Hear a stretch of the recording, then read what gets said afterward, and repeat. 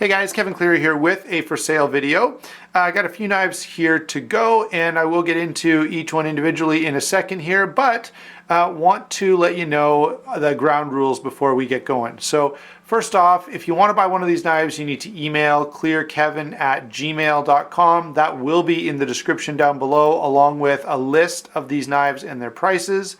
I will try to keep that updated as well as knives sell or are sold pending funds, and I'll indicate that down in the description below, so you may want to check that before trying to email me to claim something. You'll have to look down there to get my email right anyway, so it's worth checking the list. Now, all prices are in US dollars, and they do include shipping. Now, I've only included tracked shipping for the more expensive knives. So knives that are over $100, I've included tracking. Under $100, I have not, okay? PayPal is the accepted form of payment, with the exception being that if you're watching in Canada and you want to do an EMT, that's fine. The other thing is, if you're overseas and you're watching this, we may have to do a case-by-case basis. Sometimes shipping to certain countries, especially with tracking, is very, very expensive, and sometimes it's not that bad. It's really a tough call, so you'll have to let me know on a case-by-case, as I indicated. Okay, so there we go. That pretty well covers all of the rules. Oh yeah, there is one thing. Please don't comment in the description box that you're going to take it. We'll do that by email, as I said. But don't hesitate to ask a question. If you want to know, like, what does this knife weigh or whatever, that's fine. Ask that in the description, because there could be other people watching the video that want an answer to that question as well. So it's kind of helpful to include that down there. So that's in the comments that I'm talking about. All right, sorry. Let's get this out of the way, and we'll go ahead and work through these one by one. Sorry, I guess I should have left one in since we want to start somewhere. May as well be with the K-Bar Jarosz. This is the new for 2016, so last year, folder from K-Bar. It's actually pretty well done, reasonably priced, and a very heavy-duty construction on this. The one issue I have is with the pocket clip. Now, the thing I consider doing, and the only reason I haven't done it is because of this video, I was thinking of selling it. You could modify this pretty easily, I think, and make it a little more comfortable. Or take it off, and I did use this knife with the clip off for a couple weeks, and it's really nice that way. Anyway, so K-Bar Jarosz, I'm looking for 35 bucks shipped on this one. And you can see that it's in very good shape. There's the lockup for you quite early. There's the blade. It's still a factory edge, other than a bit of stropping. It hasn't needed anything. So that's the K-Bar Jarosz. Next up is going to be the Steadmon. This is the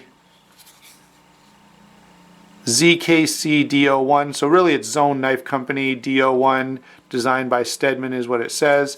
There's the lockup on it, and there is a little mark on this blade, maybe on this side. It's really hard to see. Yeah, so there's a little scrape on the blade right here. It came like that from the factory, but I just want to let you know that that's there.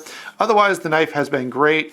I have Loctited this, so if you get it and need to adjust the pivot, you'll know I've Loctited it, so you probably want to hit that with some heat or something first. It has no blade play now, but maybe you just prefer a different tension. So anyway, that's the story on that. By the way, sometimes shipping, because the knife gets cold, can mean you need to adjust the pivot when it gets to you. And the price on that is $55 shipped. Okay, so that's the Steadmon ZKC D01. Very, very nice. Still factory edge on this. I have stropped it as well, though it didn't come razor sharp, so I did touch it up to get it as sharp as I like it to be. Okay, so there you go. That's the Steadmon. Next up is going to be a knife that I'm kind of offering as a bit of a service to you guys. I thought this was a cool knife to include in this sale, just because they're not available anywhere in North America that I can find. So you'd be ordering this from Europe.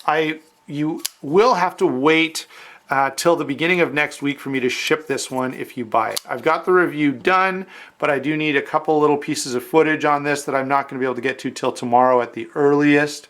I will, of course, do my best. If I can get this out Friday, if I can get everything I need, that's great. But I haven't even posted a review of this yet, but I thought it'd be fun to include it in the sale at $45. Really, really great knife. This thing is exceptional in terms of the action. For knives of that price point, it just blows everything away. It's really, really good. So yeah, you're kind of getting a bit of a steal on this one. And of course, it's the orange. In case you don't know, it does have a locking feature. I just ignore it and it's fine. There's the lockup and there's the blade. This knife has not had anything done to it. It's still in excellent shape, very sharp. Just a little bit of stropping, and that's pretty much standard with all my blades. If I carry it on a given day, I usually strop it a little bit. RealSteel Megalodon, G10 Megalodon, $45. Hogue, let's see, Hogue EX01. There we go. This is the EX01 button lock, OD green. There is, where is it? There's a little mark on the aluminum right here, very minor. Pretty cool knife, quite large, so you do have to be into larger knives to appreciate this one. 154 cm blade steel, and this is the aluminum rather than G10 handle. All right, so there you go, and it's in really good, there might be a little nick, I don't know. There might be a very slight mark on the aluminum somewhere, but it's not something that's even easily noticeable. Okay, so there you go. Again, and I have sharpened this one up. It came quite sharp, and Hogues generally do. They come with almost a mere polish, razor sharp, so I haven't had to, again, do much with this one. And I know it's 154 cm steel, but it still hadn't held an edge really well for me, and I haven't needed to do much with it. And that one I'm wanting 125, so 125 US on the Hogue. That's a little cheaper. This was in a for sale video previously and didn't go, so I just held on to it till the next one. Okay, finally the last two. These guys are going to be a little more expensive. This is the WE 608 in black. You can see it's got the blue anodized stripe there, stone washed blade on this one. And it's a WE knife, so fit and finish are exceptional. No marks or anything on the handle there. It is a parkerized coating.